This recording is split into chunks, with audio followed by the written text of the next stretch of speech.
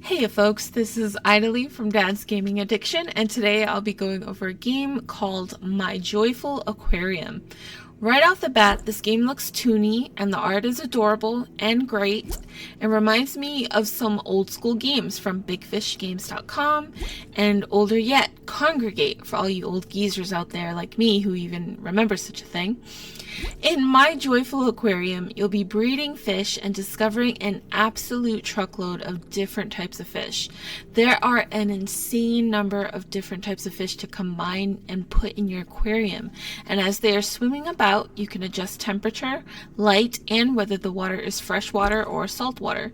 As your fish are swimming about, you'll be passively earning joyful points, which is the currency in the game.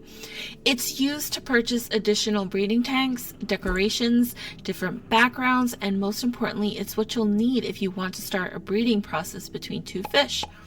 This game does not advertise itself on Steam as an idler, but it absolutely is, because there is no taking care of fish.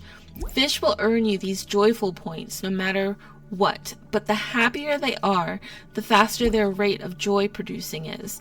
You can't even feed the fish, for crying out loud. So far, none of my fish have died, but to be honest, I didn't play long enough to figure out if there's fish death or not. Which begs the question, what happens when I reach the limit on my tank, since you can only have up to 40 fish in your main tank? And there's no option to buy any other main tanks. That to me is mind-boggling. Now, I love me a good breeding game. There's something so exciting when breeding fish in this game and seeing what types of fish will come about. However, what's the point of that if there's really no way to keep track of the fish that you've bred? You have to actually create an Excel spreadsheet yourself on Google Docs if you want to keep track. There's a fishing atlas, which I'm assuming is a collection tracker, but I have no idea how to work it because everything was silhouetted and question marked no matter what fish I bred. So I can only assume it's for the rarer type of fish, which once again, how am I supposed to keep track of them to produce these rare fish? I suppose you can buy rare fish eggs, but that's such an easy way out. And as a breeding game, I'd like to work my way up there myself. You know, breed some commons to get uncommons, and then breed some uncommons to get rares. And once you get past the sorry excuse for a tutorial, there's no way to get that information back. How in the world do you use this fish atlas that has silhouettes of fish? And there are no hovering tooltips either for the buttons on the top right. Every time I think something is the go back to the previous screen button, it takes me to the main menu. That was quite frustrating. And then the pop-ups every time you get a new fish are so hair-pulling inducing.